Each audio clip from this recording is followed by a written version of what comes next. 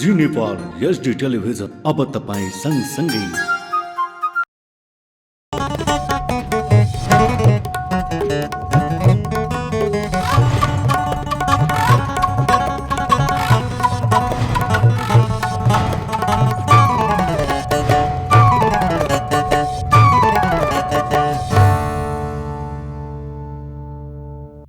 नमस्कार, जी नेपाल न्यूजमा स्वागत छ। म दिव्या चेम्जोङ। सुरु गरौँ प्रमुख समाचारका शीर्षकहरूबाट। छिमेकी मुलुकसँगको आर्थिक साझेदारी अभिवृद्धिका लागि सीमा पार कनेक्टिभिटी आवश्यक रहेको प्रधानमन्त्री प्रचण्डको भनाई। प्रत्यक्ष विदेशी लगानीलाई प्रोत्साहन र संरक्षण गर्ने जिकिर। उपराष्ट्रपति चुनावका लागि मंगलबार रातिदेखि प्रचार प्रसार निषेध। निर्वाचन आउँदो चैत 3 मा हुने। प्रचण्ड नेतृत्वको सरकारले नेपाली किसानको हितमा काम नगरेको एमाले नेता भीम रावलको भनाई। रासायनिक मल खरिदमा कृषकलाई दिँदै आएको अनुदान घटाउने सरकारको निर्णय गलत भएको जिकिर। इरान र बेलारुस बीच पारस्परिक सहयोग अभिवृद्धि सम्बन्धी सम्झौता। दुई देश बीचको सम्बन्ध विस्तारमा नयाँ आयाम थपिएको राष्ट्रपति राइसीको भनाई। र अन्डर 20 एसियन कप छनौटको दोस्रो चरणमा प्रवेश गर्न सफल नेपाली टोली स्वदेश फर्कियो। दोस्रो चरणको खेल जुन 3 देखि 11 सम्म हुने। अब समाचार विस्तारमा। प्रधानमन्त्री पुष्पकमल दाहाल प्रचण्डले छिमेकी मुलुकसँगको आर्थिक साझेदारी अभिवृद्धिका लागि सीमा पार कनेक्टिभिटी अत्यावश्यक रहेको बताउनु भएको छ।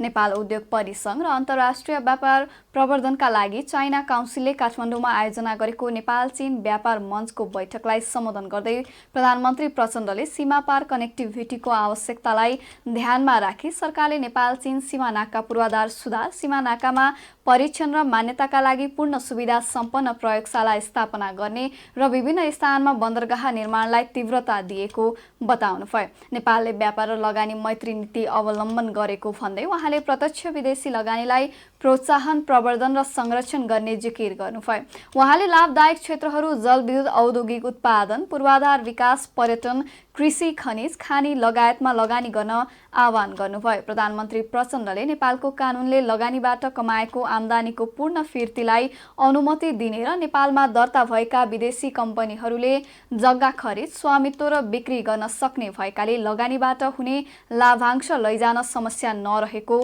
धारणा राख्नुभयो। Following the successful holding of the election of all tiers, we have entered into the second cycle of democratically elected government under the federal system. We are aware that foreign investment requires a stable political environment.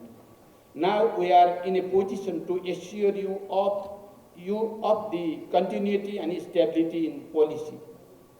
The present government is firmly committed to deliver economic dividends of democracy to the people. For that, it has a clear vision and strategy, strong commitment and strong support of the people. Our objective is to translate the people's aspiration for peace, stability and prosperity into reality. Nepal has been pursuing a business and investment friendly policy. We have made major reforms in our investment regime that encourages, promotes and protects foreign direct investment.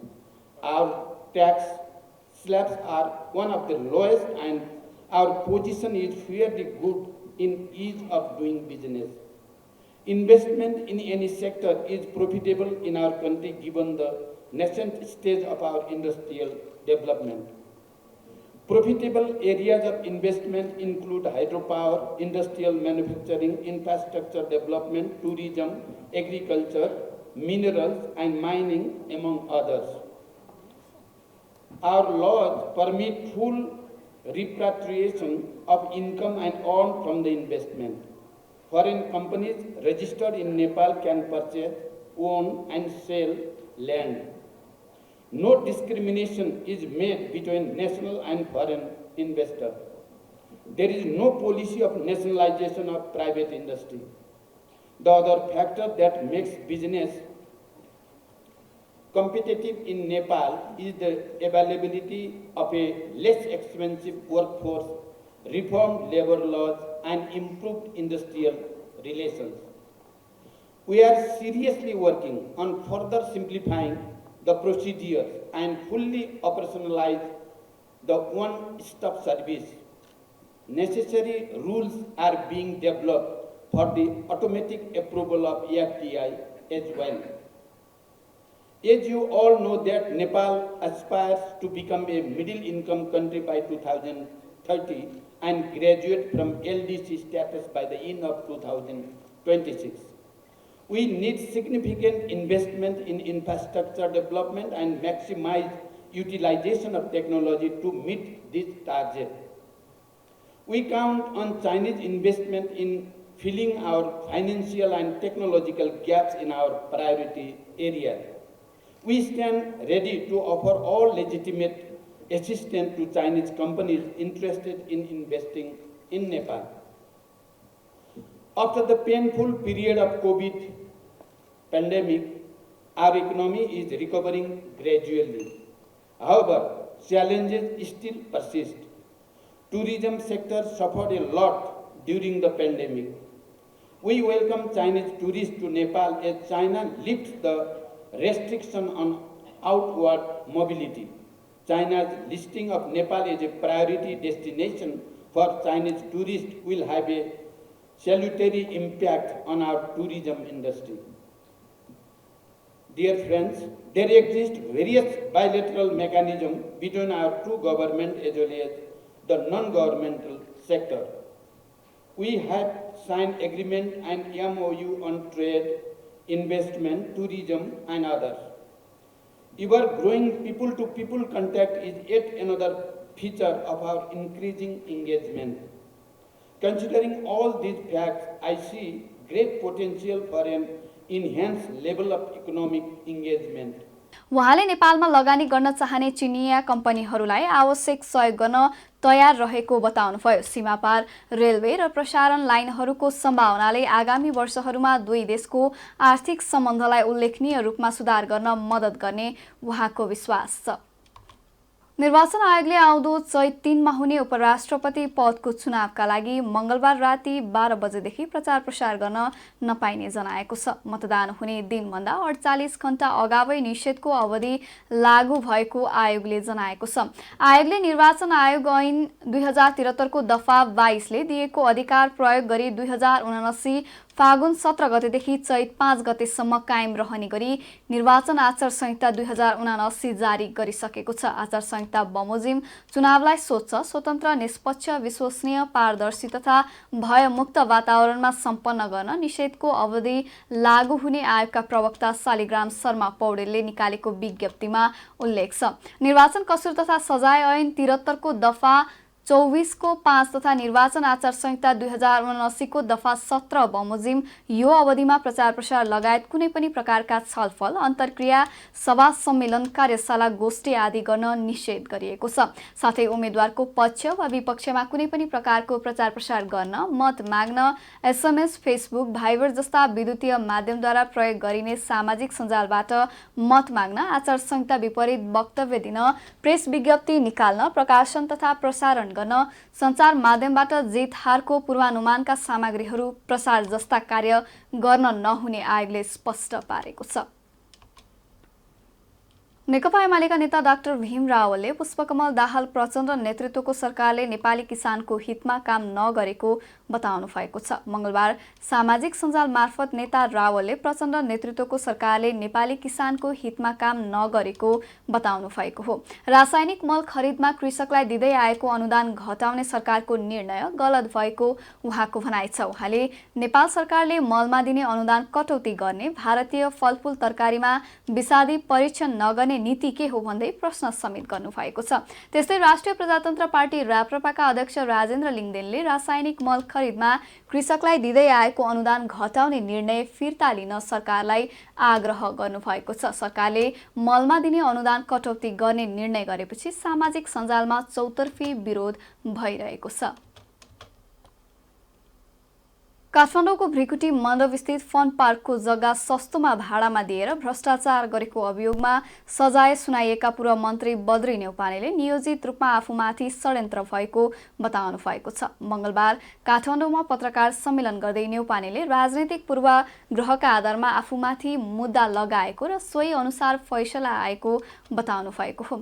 उहाँले नियमानुसार नै आफूले जग्गा भाडामा लगाउने प्रस्ताव मन्त्री परिषदमा लगेको र समाज कल्याण परिषदले गर्दै आएको नियमअनुसार नै आवश्यक निर्णय गरेको दावी गर्नुभयो। सोही प्रक्रियामा सहभागी अरूलाई सफाई दिएर आफूलाई मात्रै नियोजित रूपमा फसाइएको उहाँले बताउनुभयो। उहाँले आफू विशेष अदालतको फैसला विरुद्ध पुनरावेदनमा जान आर्थिक रूपमा सक्षम नभएको उल्लेख गर्नुभयो। विशेष अदालतले मनोमानीसँग 20 करोड 71 लाख 34,000 रुपियाँ नोक्सानी पारेको भनिए पनि के कसरी नोक्सानी भयो भनेर स्पष्ट पार्न नसकेको उहाँले बताउनुभयो। एउटा कुनै किसिमको तथ्य प्रमाण नभइकन यो चाहिँ म माथि जुन लान्छना लगाइयो अख्तियार आफै लगतकट्टा गरेर निर्णय चाहिँ फिर्ता गर्छ। पछि त्यही जग्गा त्यही भाडा त्यही व्यक्तिले चलाइरहेछ। कुनै नयाँ प्रमाण नपाइकन त्यसैमा पूर्वाग्रही सहित मलाई मुद्दा चलाइयो। त्यसमा पनि विशेष अदालतले मलाई न्याय दिन्छ भन्ने लागेको थियो। विशेष अदालतले मलाई न्याय दिन्छ भनेर मलाई थुनछेक बसमा साधारण तारिकमा 1.5-2 लाख रुपियाँ पैसा धरौटीमा सिम्पलमा चाहिँ यो चाहिँ त्यहाँनिर भएको छ। आजभन्दा 5 वर्ष अगाडि आजसम्म विशेष अदालतले अहिलेसम्म यो एउटै व्यक्तिलाई 3टा सजाय बिगो 20 करोड धरौटी जरिमाना अनि कैद 9 वर्ष 6 महिना इतिहासमा पहिलोचोटि विशेष अदालतले यसरी पूर्वाग्रही एउटा चाहिँ मेरो राजनीति मार्ने किसिममा ड्यामेज गर्ने किसिमले यसरी चाहिँ फैसला आएको हुनाले आज तपाईहरुको माझमा मैले आफ्नो कुराहरू राख्नुपर्छ भनेर मैले पत्रकार सम्मेलन गरेको। आजसम्म मेरो देशभरिमा कुनै जग्गा छैन। आजसम्म मेरो देशभरिमा बैंकमा ब्यालेन्स छैन। म गाउँमा भाइको घरमा शरणार्थी बस्छु। आजसम्म म डेरामा बसेको छु। डेराको भाडा तिर्न सकेको छैन। किनभने हिजो तराईको आन्दोलन हुँदै गर्दा चुरे भावर राष्ट्रिय एकता पार्टीले चुरे भावर प्रदेशले यो राष्ट्रियता राष्ट्रिय स्वाधीनता र अखण्डताकोमा जीवनभरि मैले लडाई लडिरहे। चाहे नाकाबन्दीका कुरा हुँदा लडी, चाहे तराईमा आगो बलेको बेलामा लडी, त्यो राष्ट्रियताको मुद्दामा लडिरहँदाखेरि आज बाह्य शक्ति भित्री शक्ति सबै लाएर मेरो राजनीति राजनीतिलाई सिद्ध्याउन खोजेको छ। आदरणीय बन्धुहरू, मसँग मैले अब न धरौटी राख्न सक्छु न म त्यति जरिमाना तिर्न सक्छु। मैले कहाँबाट के गरेँ? यस्तो पनि पूर्वाग्रही राजनीति ड्यामेज गर्ने किसिमको फैसला आएको हुनाले फैसलाले त मैले मान्नै पर्छ। तर पनि मैले त्यहाँ सर्वोच्च अदालतमा जानको लागि मेरो कुनै हैसियत छैन। यिनै कुराहरू यसरी पूर्वाग्रही यसरी राजनीति ड्यामेज एउटा राष्ट्रको ओतप्रोत भएर देश र जनतालाई सेवा गरेर एउटा तराईकोमा एउटा राष्ट्रिय अखण्डताको विषयमा म लडिरहेको एउटा चाहिँ युवा, मैले त त्यहाँबाट कसरी नोक्सान गरी 1,75,000 लाई 5.55 गरी त्यसपछि कार्य समिति विभिन्न मन्त्रालयका सबै साथीहरू उपसचिवहरू राखेँ। मन्त्री परिषदमा लगी 1,75,000 लाई 5.55 200% बढाउँदा हानि नोक्सानी हुन्छ। यसरी चाहिँ पुरा गरिराखेर म प्रति गरेको हुनाले मैले यो प्रेस मिट राख्न बाध्य छु। मलाई भोलि आम नेपाली जनताले आम नागरिकले सबैले घर घरबाट चन्दा आर्थिक सहयोग गरेमा म त्यो उन्मित पाउँछ। नत्र भने मेरो कुनै उपाय छैन। यसरी पूर्वाग्रही राजनीति गरे चाहिँ फैसला आयो, अख्तियार लगायो। यही बिचमा मेरा सम्पूर्ण नेपाली जनतालाई पनि बुझाउन चाहन्छु। किन बुझाउन चाहन्छु भने म माथि लगेको धब्बा, म माथि लगेका 3टा सजाय निराधार तथ्यविहीन कुनै पारदर्शी भएको हुँदा पनि पूर्वाग्रही सहित मलाई यसरी गरेको हुनाले आज तपाईहरुमा यो विषयका सबै तपाईँ यो कानुन मूल्यको ऐनको कानुनमा तपाईको यहाँ लेखिएको छ। योले बेचबिखन गर्न सक्छ, यसले धारा लगाउन सक्छ। यस्तो प्रक्रिया सबैबाट यहाँ लेखेको छ। यो ऐन संसदले बनाएको ऐन हो। यो ऐनमा मैले टेकेर गल्ती गरेँ। मैले यो भन्दा तपाईको हरेक प्रमाण छ। टुकुचा पर्यटन बोर्ड कार्य समितिले दिएको हरेक फाइलको यादीहरुसम्म छ। यसको आधारमा मैले अन्याय गरी नोक्सानी गरेँ। त्यो ठेकदार जसले चाहिँ मैले समाधि अवधि बढाएको, मैले समाधि कसरी भने 10 वर्षदेखि 1,75,000 लागिरहेको थियो। त्यो लागेकोलाई हरेक ठाउँमा टासपट्टि गरेर 1,75,000 लाई 5.55 गरेर मन्त्री परिषदमा लगी। मैले गल्ती गरेँ। यस्तो पनि भएला यस्तो चाहिँ आरोप किन लाग्यो भने म एउटा राष्ट्रको लागि यो जनताको लागि चुरे भावर भएर यो मुलुकलाई जोगाउँदाखेरि मैले 1 रुपियाँ सुको खाएको हो, मेरो बैंक ब्यालेन्स हेरियोस्, मेरो जग्गा हेरियोस्, काहीँ कुनै देशभरिमा अन्तर्राष्ट्रियमा काहीँ रहेछ भने तपाईँहरूले मलाई सजाय दिनुहोस्, तपाईँहरूले लेख्नुहोस्। होइन भने यतिको चाहिँ देशभरिको सुकुम्बाजी केही नगरेर राष्ट्रियतामा लड्ने मान्छेलाई आज मलाई यसरी चाहिँ राजनीतिक ड्यामेज गर्न खोजी पूर्वाग्रही गर्दाखेरि तपाईँहरूले यो बिचमा जनताको बिचमा समाचार सम्प्रेषण गरिदिनुहुन्छ भनेर मैले प्रेस मिट गरेको। मेरा कुरा यी नै हुन्। अब मैले योभन्दा बढी भन्न सक्ने अवस्थै छैन। उहाँले आफू मन्त्री हुँदाको दिनदेखि अहिलेसम्म राज्यको कुनै निकायबाट अनियमितता नगरेको दाबी गर्नुभयो। पछिल्लो समय नेपाली समाजमा संस्कार हराउँदै जान थालेको छ। नेपाली परम्परा र संस्कारलाई पछिल्लो नयाँ पुस्ताले अनुसरण गर्नुको साटो विदेशी संस्कारलाई अँगाल्न थालेको देख्न सकिन्छ। यदि यसरी नै नेपाली संस्कार र परम्पराहरू हराउँदै जाने हो भने कुनै समय नेपाली संस्कार र परम्परा इतिहासको पानामा मात्र सीमित हुन सक्छ। संस्कार र परम्परा जोगाउन देशैभर विभिन्न सामाजिक संस्थाहरूले पहल नगरेका पनि होइनन्। तर नेपाली पाठ्यक्रममा संस्कार तथा जीवन मूल्य सम्बन्धी शिक्षा नहुँदा लाखौं युवा तथा विद्यार्थीहरू लागू औषध दुर्व्यसनी र आत्महत्याका घटनाहरूतर्फ उन्मुख भइरहेको देख्न सकिन्छ। त्यसैले अबका विद्यार्थी तथा युवाहरूमा जीवन मूल्य सहित संस्कारयुक्त शिक्षा दिएर असली देशको कर्णधार बनाउनका लागि यति बेला दाङको एक पालिकाले भने विद्यालयमा नै जीवन मूल्य शिक्षा लागू गरेको छ। एक रिपोर्ट। दाङ देउखुरीको राप्ती गाउँपालिकाले यति बेला अरू शिक्षण सिकाइसँगै बालबालिकाहरूलाई बढ्दो लागु औषध दुर्व्यसनी र आत्महत्या गर्नबाट जोगाउन संस्कार सहितको जीवन मूल्य शिक्षा नै सञ्चालन गरेको देखिन्छ। अहिले विद्यार्थीहरूले संस्कार सहितको जीवन मूल्य शिक्षा पाएपछि आफ्नो जीवनमा ठूलै परिवर्तन आएको बताएका छन्। उनीहरूले पहिले यो शिक्षा नपाउँदा घरमा बुवा आमासँग झगडा गर्ने, पढाइमा ध्यान नदिने र कसैले भनेको नमान्ने अवस्था रहेकोमा अहिले भने यो शिक्षाले आफूहरूको जीवनमा धेरै नै परिवर्तन आएको विद्यार्थीहरू बताउँछन्। मेरो नाम साधना केसी हो। म श्री आदर्श नवना माध्यमिक विद्यालयकी कक्षा 8 मा पढ्ने छात्रा हुँ। मेरो घर मौरीघाट हो। जीवन मूल्य शिक्षा नपाउँदा चाहिँ मलाई चाहिँ म आफ्नो बुबा आमासँग झगडा गर्थेँ। ममा आत्मविश्वास थिएन, ममा धैर्यता थिएन। मेरो भौतिक शरीर कक्षा कोठामा भए पनि मेरो शरीर चाहिँ मेरो ध्यान चाहिँ अरू कतै बाहिर नै केन्द्रित हुन्थ्यो। तर अहिले जीवन मूल्य शिक्षा लिइसकेपछि चाहिँ म आफ्नो ध्यानहरू सबै आफ्नो कक्षा कोठामा केन्द्रित गर्छु। जीवन मूल्य शिक्षा नलिँदा मलाई पैसा नै सब थोक हो जस्तो लाग्थ्यो। तर जीवन मूल्य शिक्षा लिइसकेपछि चाहिँ पैसा नै सब थोक रहेनछ।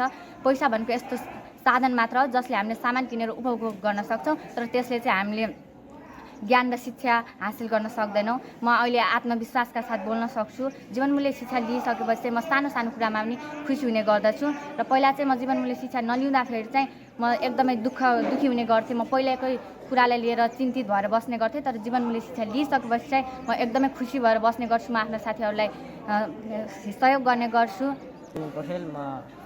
म राप्ती गाउँपालिका वडा नम्बर 2 मा बस्छु। लालमटियामा बस्छु। म यस विद्यालयको कक्षा 8 मा अध्ययनरत गर्ने छात्र हुँ।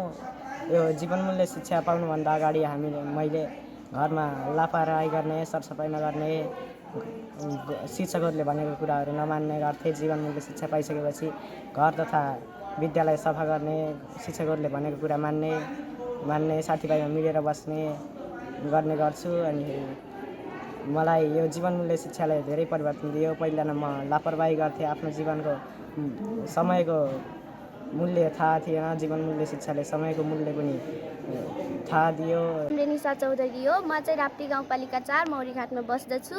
म चाहिँ श्री आदर्श मोडेल सेकेन्डरी स्कुल कक्षा 7 मा अध्ययनरत छात्रा हुँ।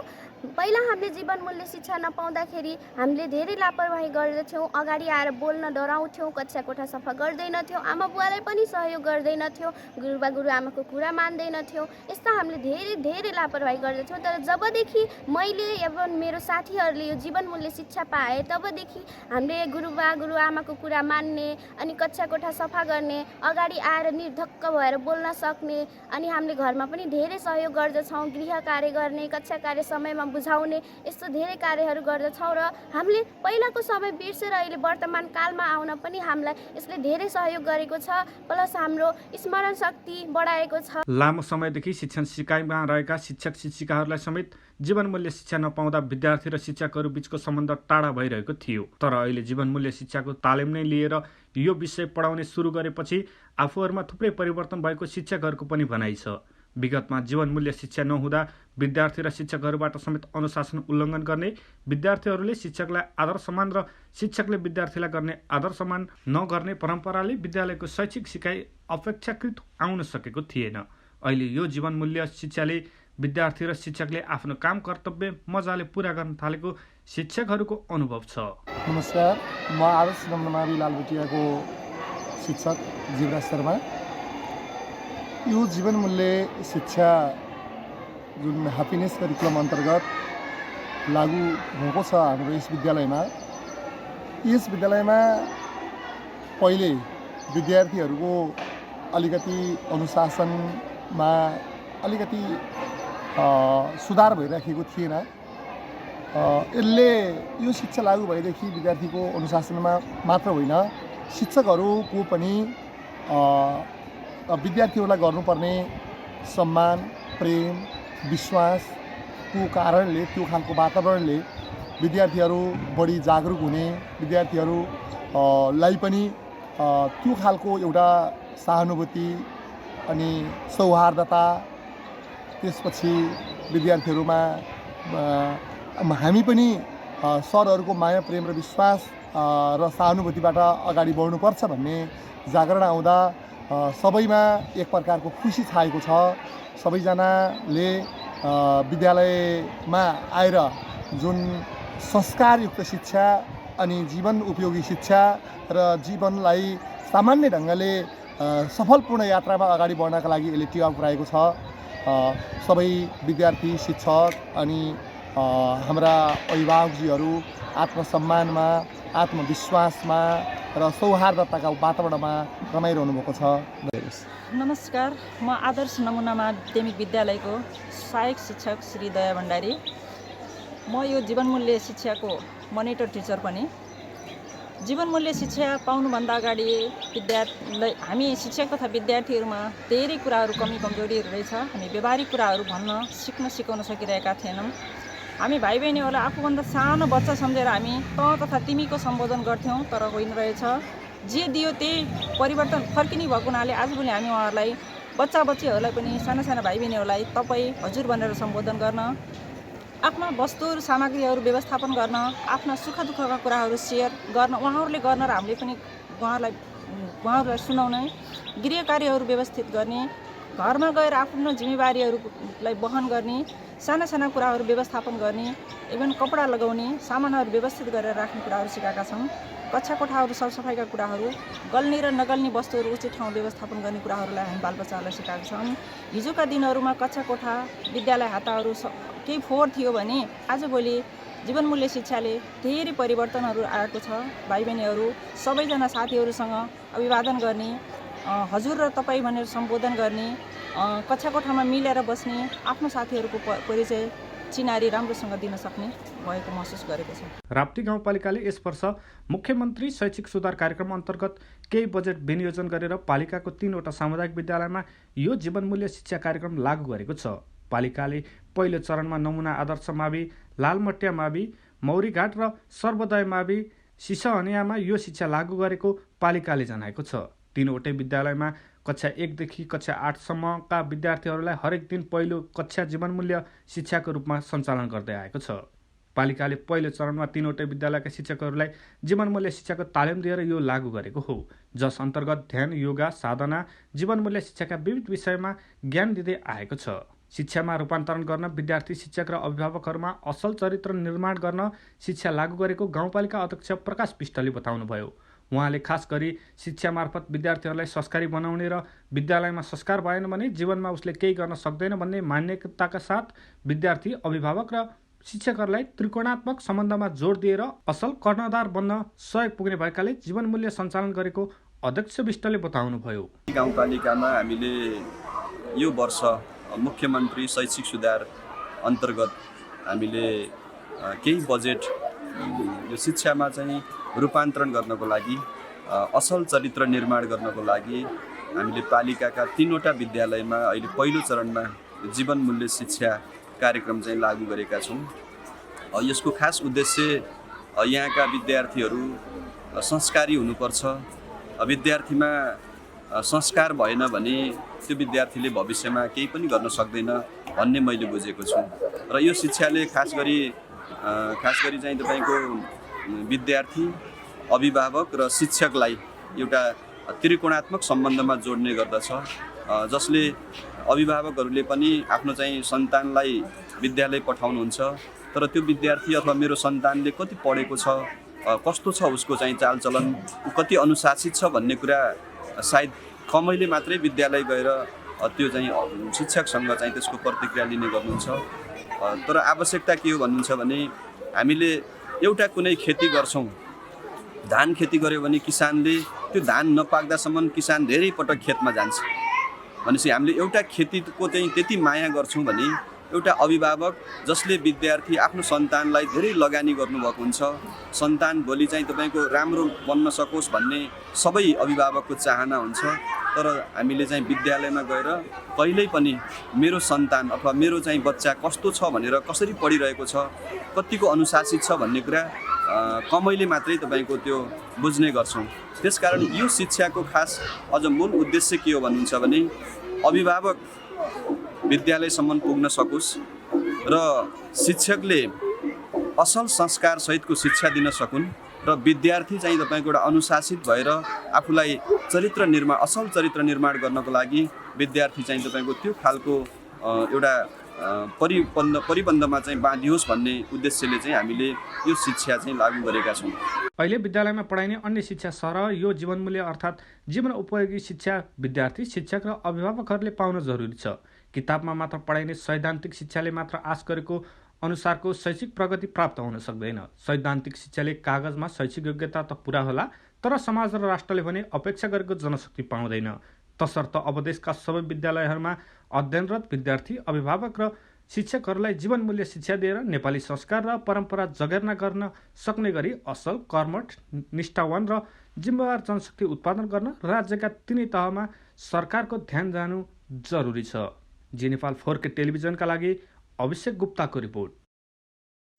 नेकपा एमालेका अध्यक्ष केपी शर्मा ओलीले राष्ट्रपति उपराष्ट्रपति निर्वाचनमा सत्ता गठबन्धनले संवैधानिक व्यवस्था मिचेको आरोप लगाउनु भएको छ। उपराष्ट्रपति निर्वाचनका सन्दर्भमा एमाले मंगलबार ललितपुरमा आयोजना गरेको संघ तथा प्रदेशका सांसदहरूसँगको छलफल कार्यक्रममा ओलीले संविधानको अक्षरमा त्रुटि हुन सक्ने भन्दै सभामुख, उपसभामुख र राष्ट्रपति उपराष्ट्रपति मध्ये एक महिला हुनुपर्ने भावना संविधानको रहेको, तर सत्ता गठबन्धनले त्यसलाई व्यवस्था गर्दै संवैधानिक व्यवस्था मिचेको आरोप लगाउनु भएको हो।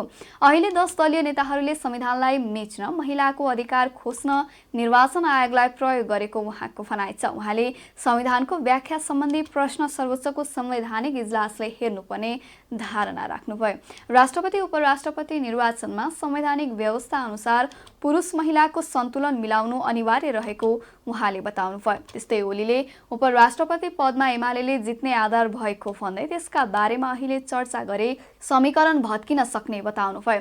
ओलीले गठबन्धनभित्र अनेक प्रकारका समस्याहरू रहेको र एमाले भित्र कुनै समस्या नरहेकाले पनि उपराष्ट्रपतिमा एमालेका उम्मेद्वारको विजय हुने जिकिर गर्नुभयो। स्वार्थका लागि, राष्ट्रिय हितलाई निजी, संकीर्ण, क्षुद्र, तात्कालिक स्वार्थका लागि महान राष्ट्रिय स्वार्थहरू जो दीर्घकालीन छन्, ती दीर्घकालीन राष्ट्रिय हितहरूलाई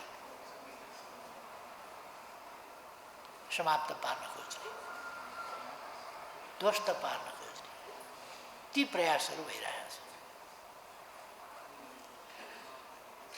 अस्ति पनि मैले तपाईँहरूसँग भने जस्तो लाग्छ, अथवा कुनै सन्दर्भमा भनेको छु, एकजना आफूलाई कम्युनिस्ट भन्ने नेताले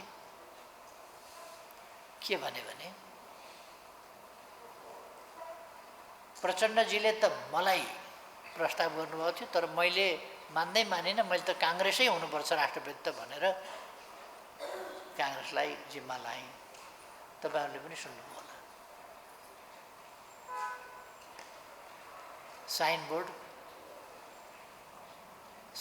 बोर्ड चाहिँ सानोतिनो छैन, त्यो मेरो भनाइ होइन, त्यो कुनै नेताकै भनाइ हो। मती त्यो छ। त्यसको अर्थ के हो भने राष्ट्रिय शक्ति निर्माण गर्ने कुरा, वैरभाव छ उनीहरू। त्यहाँका कार्यकर्ता, त्यहाँका अरू नेताहरू किन उनीहरूलाई त्यो कुरा सुन्दा अप्ठ्यारो लाग्दैन, लाज लाग्दैन? किन उनीहरूलाई त्यो कुराको खण्डन गर्न मन लाग्दैन या आँट हुँदैन? मलाई अचम्म लाग्छ। वामपन्थी राष्ट्रपति भयो भने देश ध्वस्त हुन्छ भनेर तिनै नेताले बोले। कम्युनिस्ट राष्ट्रपति भयो भने देश ध्वस्त हुन्छ। अब अहिले एउटा षड्यन्त्र के हुन खोजेको छ भने संविधानको अक्षरमा अस्पष्टता होला, लेखाइमा स्पष्टता नहुने गरीको कमी कमजोरी एरर रहेको हुनसक्छ। तर यथार्थ मर्म के हो भने सभामुख वा उपसभामुख, राष्ट्रपति र उपराष्ट्रपति मध्ये एउटा महिला हुनुपर्छ। यो भावना चाहिँ संविधानको त्यही हो।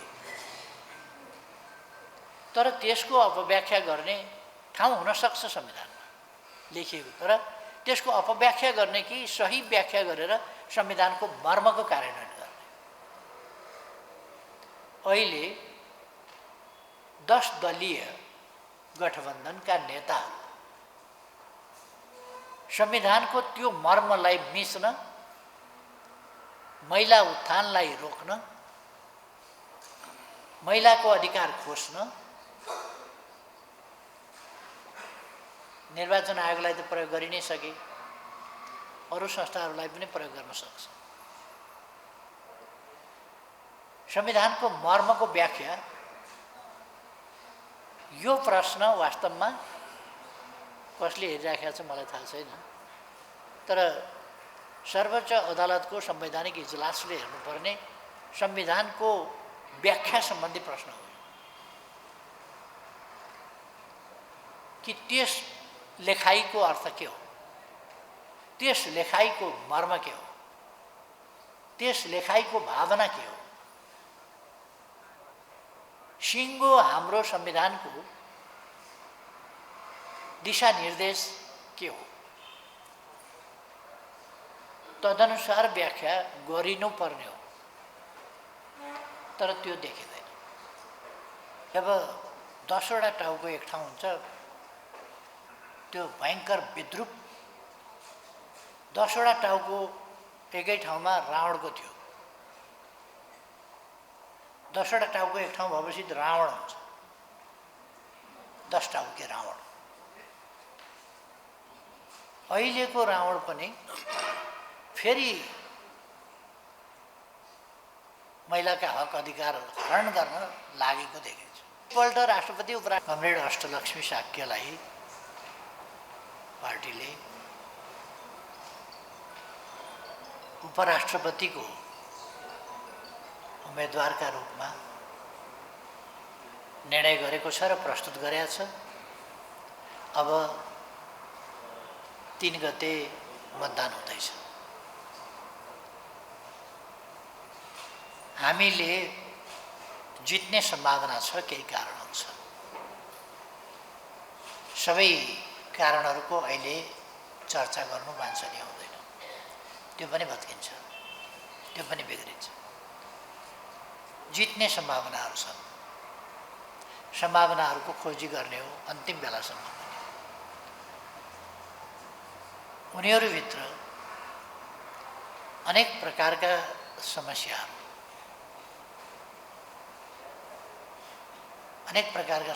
उनीहरूभित्र छन्। हामीभित्र कुनै प्रकारको समस्या छैन। हामी एउटा गठबन्धनसँग या हाम्रो विपक्षी शक्तिसँग चुनाव लडिरहेका छौँ। अहिले राष्ट्रिय राजनीति हामी एकातिर अरू अर्कातिर भएको छ। यसलाई हामीले नराम्रो मान्नुपर्ने कुनै कारण छैन। बहुदलीय व्यवस्थामा यो 10 थरी 10तिर फर्किन भन्दा 10 थरी एकै ठाउँ गएर एउटा पक्षको रूपमा, एउटा ध्रुवको रूपमा जम्मा भएका छन्, त्यो राम्रो हो। 10 थरी 10 ठाउँमा जानभन्दा यद्यपि एक्लै लड्दाखेरि परिणाम बेग्लै हुँदो हो। तर दीर्घकालीन हिसाबले भन्ने हो भने जब दुईटा विचारका, दुईटा उद्देश्यका बीचमा यो प्रतिस्पर्धा भइरहेको छ, सङ्घर्ष भइरहेको छ भने हामी एउटा सबल राष्ट्रिय शक्ति निर्माण गर्न चाहन्छौँ। अरू थरीहरू त्यो सबल राष्ट्रिय शक्ति निर्माणको प्रयासमा गम्भीर बाधा व्यवधान पुर्याउन र त्यसलाई असफल पार्न चाहन्छ। अहिलेको राजनीतिको चुरो त्यति हो। अहिलेको राष्ट्रिय राजनीतिको चुरो भनेको त्यति नै हो। हामी एउटा सबल राष्ट्रिय राजनीतिक शक्ति निर्माण गर्न चाहन्छौँ। ओलीले अरू निजी स्वार्थका लागि केन्द्रित भए पनि एमाले सबल राष्ट्रिय शक्ति स्थापित गर्नका लागि लागेको धारणा राख्नुभयो। भारतबाट आयात हुने तरकारी तथा फलफूलको विषादी परीक्षण गरेर मात्र भित्र्याउन बाँकेका उपभोक्ता अधिकार कर्मीले माग गरेका छन्। यसबारे बाँकेका प्रमुख जिल्ला अधिकारीको ध्यानाकर्षण गराउन केही दिन अघि यहाँका उपभोक्ता अधिकार कर्मी र मानव अधिकार कर्मीले संयुक्त विज्ञप्ति जारी गरेका थिए। नेपालगञ्ज स्थित खाद्य आयात निर्यात गुणस्तर प्रमाणीकरण कार्यालयले भारतबाट आउने तरकारीको गुणस्तर परीक्षण निरन्तर भइरहेको दावी गरेको छ। भन्सार कार्यालयले पठाउने गरेको नमुना परीक्षण निरन्तर भइरहेको र परीक्षण बिना तरकारी नभित्रिएको खाद्य आयात निर्यात गुणस्तर प्रमाणीकरण कार्यालयका प्रमुख सन्तोष दाहालले दावी गर्नुभयो। भारतबाट आयाते तरकारी तथा फलफूलको परीक्षण गरेर गुणस्तरको सुनिश्चितता गरे पश्चात मात्र उपभोक्ता माझ पुग्नुपर्नेमा विषादी परीक्षण बिना नै बिक्री वितरण भइरहेकाले विषादी परीक्षण गर्न माग गरिएको लुम्बिनी प्रदेश उपभोक्ता हित संरक्षण मञ्चका उपाध्यक्ष प्रभात कुमार ठकुरीले जानकारी दिनुभयो। उपभोक्ता हित संरक्षण मञ्चका केन्द्रीय सदस्य वसन्त गौतमले विषादीको जथाभावी प्रयोग गरी उत्पादन भएको तरकारी तथा फलफूल खान नेपाली उपभोक्ता बाध्य भइरहेको जनाउँदै यसको नियन्त्रण गर्न तत्काल कदम चाल्नुपर्ने बताउनुभयो। सप्तरीको कञ्चनरूप नगरपालिकाकी प्रमुख प्रशासकीय अधिकृत रेणुका शाहलाई सूचना नदिएको भन्दै सूचना आयोगले कारबाही गरेको छ। कानुन बमोजिम प्रक्रियागत रूपमा माग गरेको सूचना नदिएपछि शाहलाई आयोगले 15,000 जरिवाना तिराउने फैसला गरेको हो। सप्तरीको सप्तकोशी नगरपालिका 11 निवासी कैलाश माझीले कञ्चनरूप नगरपालिकासँग सूचना माग गर्दै निवेदन दिएका थिए, तर नगरपालिकाकी प्रमुख प्रशासकीय अधिकृत शाहले लामो समयसम्म सूचना दिन अटेरी गरेकी थिइन्। एक रिपोर्ट। कैलाश माझीले सप्तरीको कञ्चनरूप नगरपालिकाको कार्यालयसँग सूचनाको हक सम्बन्धी ऐन 2064 को दफा 3 र 7 बमोजिम 2077 फागुन 14 गते सूचना माग गरेका थिए। तर कञ्चनरूप नगरपालिकाको कार्यालयको सूचनाको हक सम्बन्धी ऐन कानुनको व्यवस्था गर्दै माग गरेको सूचना उपलब्ध नगराए पश्चात उक्त पालिका विरुद्ध सूचना पाऊँ भनी 2077 चैत 16 गते सूचना आयोगमा पुनरावेदन गरेका थिए। पुनरावेदन गरे पश्चात उक्त पुनरावेदन उपर सुनवाई भई सूचना आयोगद्वारा 2077 साल चैत 26 मा कञ्चनरूप नगरपालिकाको कार्यालयलाई सूचना दिन नमिल्नुको कारणसहित लिखित जवाब पेश गर्न भनिएकोमा कुनै पनि लिखित जवाब पेश नगरिएको कारण पुनः 2077 साल भदौ 31 गते बसेको आयोगको अर्को इजलासबाट 7 दिनभित्र सूचना उपलब्ध गराउनु भन्ने आदेश भइसक्दा समेत सूचना उपलब्ध नगराएको आयोगको ठहर छ। नेपालको संविधान 2072 को धारा 27 मा प्रत्येक नेपाली नागरिकलाई आफ्नो वा सार्वजनिक सरकारको कुनै पनि विषयको सूचना माग्ने वा पाउने हक हुनेछ भन्ने व्यवस्था रहेको छ। सोही व्यवस्थाको कार्यान्वयनका लागि सूचनाको हक सम्बन्धी ऐन 2064 मा जारी भएको र सोही ऐनको दफा 3 को उपदफा 2 मा प्रत्येक नेपाली नागरिकलाई सार्वजनिक निकायमा रहेको सूचनामा पहुँच हुनेछ भन्ने व्यवस्था रहेको भन्ने बारे आयोगले प्रश्न पारेको छ। नगरपालिकाकी प्रमुख प्रशासकीय अधिकृत शाहलाई सूचना उपलब्ध नगराएको भन्दै पटक पटक कारबाही गर्ने चेतावनी युक्त आदेश जारी गर्दा समेत गैर जिम्मेवार चरित्र प्रदर्शन गर्दै पदाधिकारीहरूलाई दण्डित गर्नुबाहेक अरू विकल्प आयोगसँग नरहेको भन्दै उनलाई 15,000 जरिवाना गर्दै विभागीय कारबाही गरी पुनरावेदनलाई सूचना उपलब्ध गराइदिन सङ्घीय मामिला तथा सामान्य प्रशासन मन्त्रालयलाई आदेश दिएको छ। यस्तै आयोगले आदेश पश्चात पनि सूचना उपलब्ध नगराए प्रतिदिन 200 रुपियाँका दरले कारबाही हुने जानकारी पनि दिएको छ। लोकतान्त्रिक पद्धतिमा सर्वसाधारण नागरिकले सार्वजनिक निकायहरूबाट गरेका कार्यहरूको बारेमा थाहा पाउने, जान्न पाउने अधिकार कायम गरिएको हुन्छ। यसबाट सर्वसाधारण नागरिक सुसूचित हुने र स्वाभाविक रूपमा त्यस्ता कार्यहरूको स्वामित्व ग्रहण गर्न सक्ने अवस्था सिर्जना हुन्छ। सार्वजनिक निकायबाट भए गरेका कामकाजका बारेमा जान्न र बुझ्न पाउने अधिकार हुने नागरिकप्रति जवाफदेही तथा उत्तरदायी बनाउन, सुशासन कायम गर्न मद्दत पुग्ने सर्वसाधारण नागरिकले कुनै पनि सार्वजनिक निकायमा सूचना माग गर्दा सम्मानपूर्वक सूचना उपलब्ध गराउनु कानुनी व्यवस्था सुनिश्चित गरिएको सन्दर्भमा सूचनाको हक सम्बन्धी ऐनमा भएको व्यवस्था उल्लङ्घन गर्ने जो कोहीलाई पनि कानुन बमोजिम सजाय गर्न सकिने आयोगका सूचना आयुक्त रत्न प्रसाद मैनालीले बताए। रत्न प्रसाद मैनालीले बताएका छन्, आयोगका अनुसार सूचनाको हक सम्बन्धी ऐन 2064 को दफा 31(1) बमोजिम गरेको जरिवाना रकम असुल उपर गरी आयोगलाई जानकारी दिनु भनेर जिल्ला प्रशासन कार्यालय सप्तरीका प्रमुख जिल्ला अधिकारीलाई आदेश दिएको छ। उक्त फैसला मङ्गलबार प्रमुख सूचना आयुक्त महेन्द्रमान गुरुङ र सूचना आयुक्तद्वय कमला ओली थापा र रत्न प्रसाद मैनालीको संयुक्त इजलासले गरेको हो। जी नेपाल 4K टेलिभिजनका लागि विक्रम दाहाल, काठमाडौँ। फतेवाल आँखा अस्पतालले अन्धोपन निवारणका लागि सेवा विस्तार गर्ने जनाएको छ। नेपाल नेत्र ज्योति सङ्घ बाँके शाखाको शनिबार सम्पन्न 29औं जिल्ला सभामा अस्पतालले थप विशेषज्ञता सेवा प्रदान गर्ने प्रतिबद्धता व्यक्त गरेको हो। नेपाल नेत्र ज्योति सङ्घ बाँकेद्वारा 36 वर्ष अघि स्थापित अस्पतालले अन्धोपन निवारणका लागि उपचार लगायत सेवा प्रदान गर्दै आएको छ। जिल्ला सभामा वार्षिक प्रतिवेदन प्रस्तुत गर्दै सङ्घकी सचिव शान्ति श्रेष्ठले अहिलेसम्म 25 लाख बढीलाई सेवा प्रदान गरिएको भन्दै भावी कार्यक्रम र योजना बारे पनि जानकारी दिनुभयो। नेपाल नेत्र ज्योति सङ्घ बाँके शाखाका सभापति रतन कुमार टण्डनले भौतिक विकाससँगै समय सापेक्ष चिकित्सा सेवा पनि विस्तार गरिने विश्वास दिलाउनुभयो। अस्पतालका प्रबन्ध निर्देशक डाक्टर कौशल कुमार वर्माले अन्धोपन न्यूनीकरणका लागि निवारणात्मक, प्रवर्धनात्मक र उपचारात्मक सेवालाई सँगै लगिने प्रतिबद्धता व्यक्त गर्नुभयो। अस्पतालले सर्जिकल रेटिना, कर्निया, ग्लुकोमा लगायतका सेवा सुरु गर्ने जनाएको छ। बाँकेका प्रमुख जिल्ला अधिकारी विपिन आचार्यले अस्पतालले सम्बन्ध निकाय र स्थानीय सरकारसँगको समन्वय र सहकार्यमा थप सेवा प्रवाह गर्न सुझाव दिनुभयो।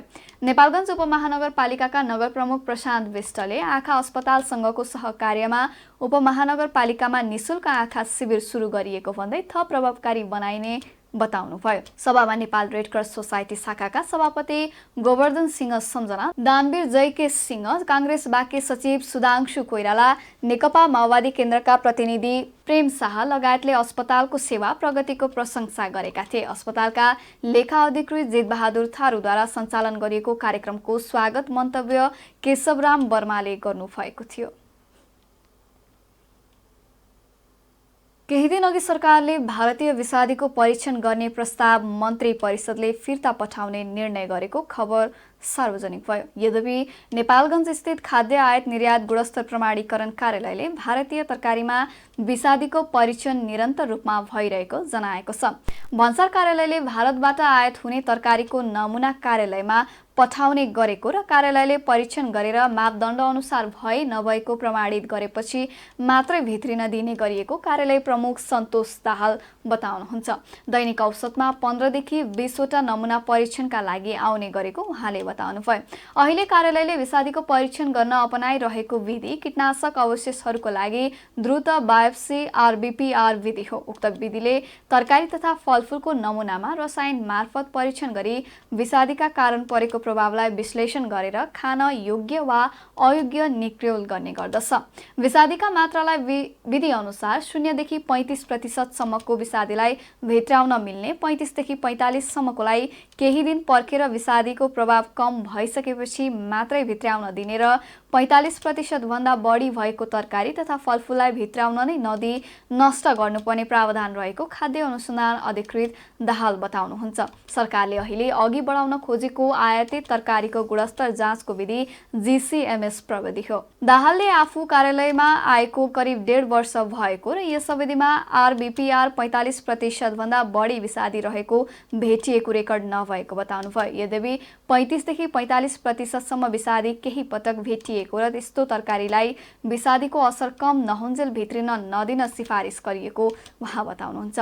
नेपालगञ्ज भन्सार कार्यालयको तथ्याङ्क अनुसार चालु आर्थिक वर्ष 2079-80 को माघ मसान्तसम्म 2,67,52,648 किलो आलु भित्रिएको छ भने 17,04,937 किलोग्राम टमाटर, 34,71,214 किलो प्याज र 13,35,387 किलोग्राम विभिन्न तरकारी भारतबाट आयात भएको छ। यसैगरी 19,24,071 किलो खीरा, 10,87,000 किलो स्याउ, 2,39,549 किलो सुन्तला, 1,80,568 किलो आँप, 2,43,334 किलो अङ्गुर नेपालगञ्ज नाकाबाट भित्रिएको छ। खुला सीमाका कारण अवैध रूपमा भारतीय बजारबाट तरकारी परीक्षण बिनै भित्रिने गरेको जनगुनासो बढ्दै गएको छ।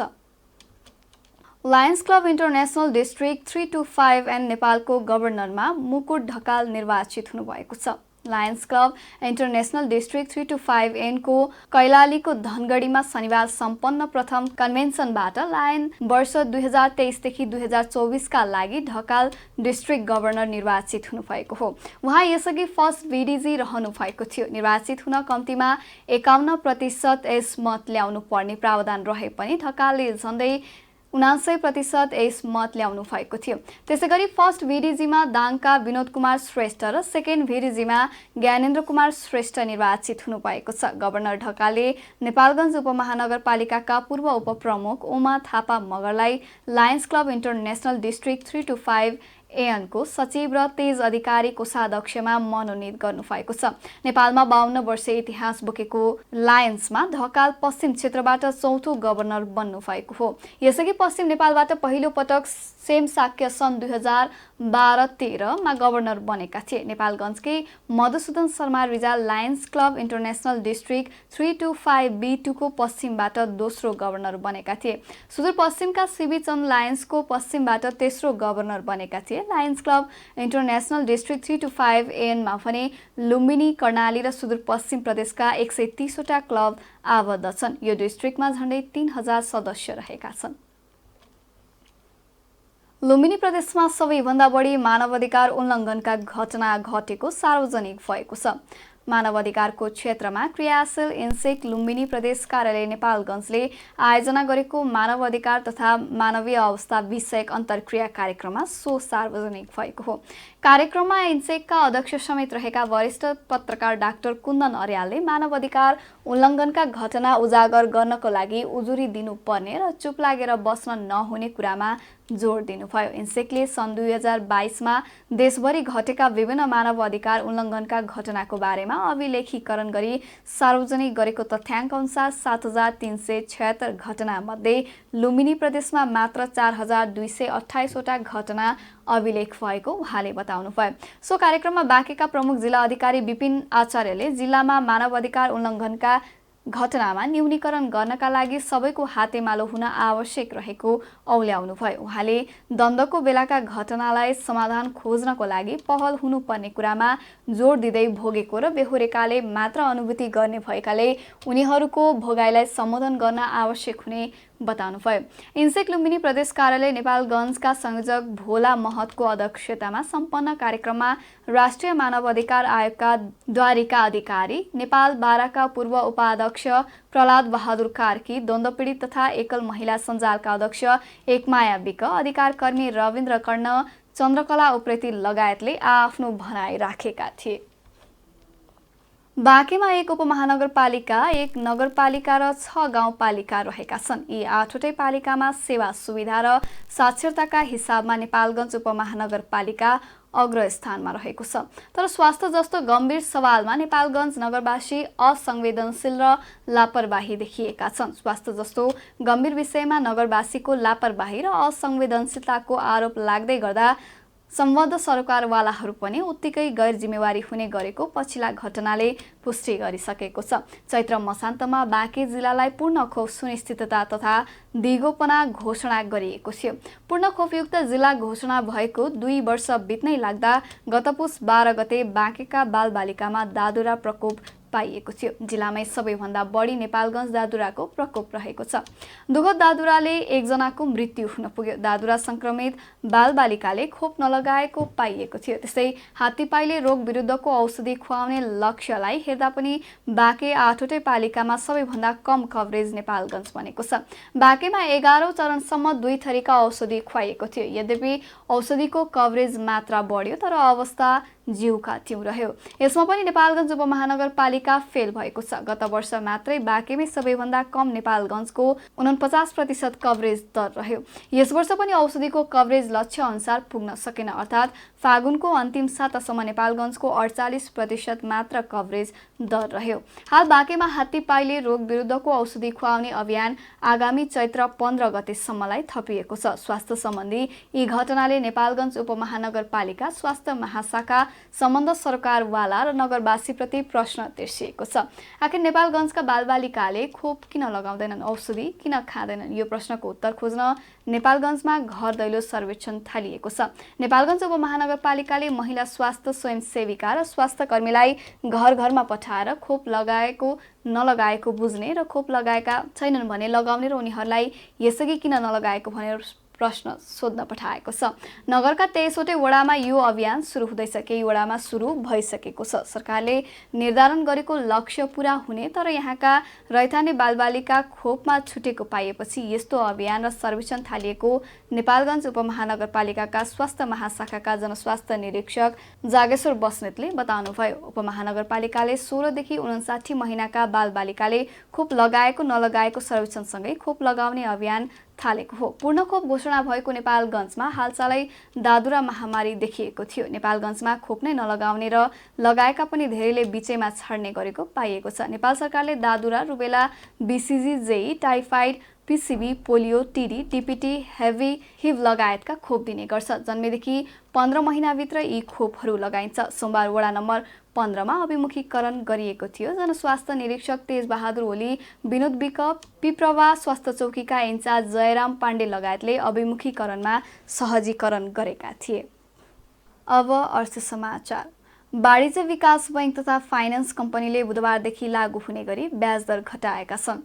वाणिज्य बैंकहरूको छाता संगठन नेपाल बैंकर्स संघले चैतमा कर्जा र निक्षेपको ब्याज दर घटाउने निर्णय गरेको थियो।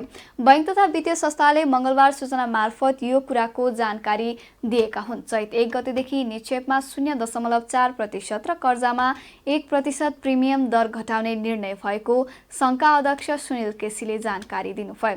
उहाँले संघ ऋणको ब्याज दर घटाउनमा केन्द्रित भएको बताउनुभयो। अहिले बैंकहरूले कर्जामा आधार दरमा 6% सम्म प्रिमियम लिने गरेको छ।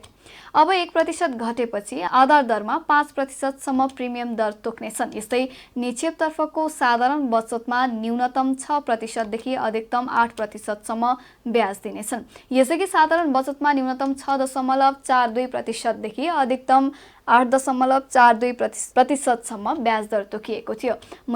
मुद्दती निक्षेपको ब्याज दर भने स्थिर राखिएको छ। अहिले बैंकहरूले मुद्दती निक्षेपमा 11% ब्याज दिइरहेका छन्। यसैगरी संस्थागत तर्फ 9% र रेमिट्यान्स मुद्दती खातामा 12% ब्याज दर तोकिएको छ। अब अन्तर्राष्ट्रिय समाचार। इरान र बेलारुस बीच पारस्परिक सहयोग अभिवृद्धि सम्बन्धी 7वटा सम्झौता भएका छन्। दुवै देशले आपसी सहयोग सम्बन्धी मार्गचित्र मस्यौदा गरी व्यापार, कृषि, संस्कृति लगायत 7वटा सम्झौतामा हस्ताक्षर गरेका हुन्। इरानी राष्ट्रपति इब्राहिम राइसी, उनका बेलारुसी समकक्षी अलेक्जेन्डर लुकासेन्को यहाँ आयोजित एक कार्यक्रममा पारस्परिक सहयोगको मार्गचित्रमा हस्ताक्षर गरेको इरानी राष्ट्रपतिको कार्यालयको वेबसाइटमा उल्लेख छ। दुवै देशका राष्ट्रपतिको उपस्थितिमा प्रत्यर्पण सम्झौता लगायत आपसी सहयोग सम्बन्धी सम्झौतामा इरानी र बेलारुसी अधिकारीले हस्ताक्षर गरेको जनाइएको छ। हस्ताक्षर समारोहपछि बेलारुसका राष्ट्रपति सहित आयोजना गरिएको संयुक्त पत्रकार सम्मेलनमा राष्ट्रपति राइसीले आफ्ना बेलारुसी राष्ट्रपतिको इरान भ्रमणले दुई देश बीचको सम्बन्ध विस्तारमा नयाँ आयाम थपिएको बताएका छन्। उनले पश्चिमा मुलुकको प्रतिबन्ध र धम्कीका बावजुद पनि इरानले प्रतिकूल परिस्थितिलाई अवसरमा परिणत गर्दै प्रगतिको दिशामा आफूलाई अघि बढाउन सफलता मिलेको बताएका छन्। इरान र बेलारुस एकपक्षीयताको विरुद्धमा रहेका स्वतन्त्र देशहरू बीचको प्रभावकारी एवं रचनात्मक सम्बन्धबाटै प्रतिबन्धलाई परास्त गर्न सकिने विचार व्यक्त गर्दै इरानी राष्ट्रपतिले सहकार्य र साझेदारीमा जोड दिएका छन्। अब खेल समाचार। एएफसी अन्डर-20 महिला एसियन कप छनौटको पहिलो चरण पार गरी दोस्रो चरणमा प्रवेश गरेको नेपाली टोली स्वदेश फर्किएका छन्। नेपाली टोली मंगलबार बिहान स्वदेश फर्किएका हुन्। टोलीलाई एन्फा सदस्य सरिला श्रेष्ठ र एन्फा प्रवक्ता सुरेश शाहले स्वागत गरेका थिए। प्यालेस्टाइनमा भएको अन्डर-20 महिला एसियन कप छनौटमा पहिलो चरणको समूह बीमा रहेको नेपाल समूह विजेता बन्दै दोस्रो चरणमा पुगेको हो। नेपालले समूहमा घरेलु टोली प्यालेस्टाइन र नर्दर्न मारियाना आइल्यान्डलाई समान 6-0 ले पराजित गरेको थियो। यस समूहमा रहेको युएईले नाम फिर्ता लिएपछि समूह बीमा 3 टिम मात्र सहभागी थियो। नेपालसँगै अस्ट्रेलिया, चीन, Vietnam, Myanmar, Iran, Chinese Taipei र लेबनान दोस्रो चरणमा प्रवेश गरेका छन्। अब यी 8 टिमलाई दोस्रो चरणमा 2 समूहमा विभाजन गरेर खेलाइनेछ। दुवै समूहको उत्कृष्ट 2-2 टोलीले उज्बेकिस्तानमा हुने अन्डर-20 महिला एसियन कप खेल्नेछ। दोस्रो चरणको खेल जुन 3 देखि 11 मा हुनेछ। यो समाचारसँगै हामी जी नेपाल न्युजको अन्त्यमा आइसकेका छौं। जाँदै प्रमुख समाचारका शीर्षकहरू पुनः एकपटक। अभिवृद्धिका लागि सीमा पार कनेक्टिभिटी आवश्यक रहेको प्रधानमन्त्री प्रचण्डको भनाई। प्रत्यक्ष विदेशी लगानीलाई प्रोत्साहन र संरक्षण गर्ने जिकिर। उपराष्ट्रपति चुनावका लागि मंगलबार रातिदेखि प्रचार प्रसार निषेध। निर्वाचन आउँदो चैत 3 मा हुने। प्रचण्ड नेतृत्वको सरकारले नेपाली किसानको हितमा काम नगरेको एमाले नेता भीम रावलको भनाई। रासायनिक मल खरिदमा कृषकलाई दिँदै आएको अनुदान घटाउने सरकारको निर्णय गलत भएको जिकिर। इरान र बेलारुस बीच पारस्परिक सहयोग अभिवृद्धि सम्बन्धी सम्झौता। 2 देश बीचको सम्बन्ध विस्तारमा नयाँ आयाम थपिएको राष्ट्रपति राइसीको भनाई। र अन्डर-20 एसियन कप छनौटको दोस्रो चरणमा प्रवेश गर्न सफल नेपाली टोली स्वदेश फर्कियो। दोस्रो चरणको खेल जुन 3 देखि 11 सम्म हुने। प्रमुख समाचारका शीर्षकसँगै अहिलेका लागि जी नेपाल न्युज सकियो। ताजा समाचार र मनोरञ्जनका लागि जी नेपाल 4K टेलिभिजन हेर्दै गर्नुहोला। नमस्कार।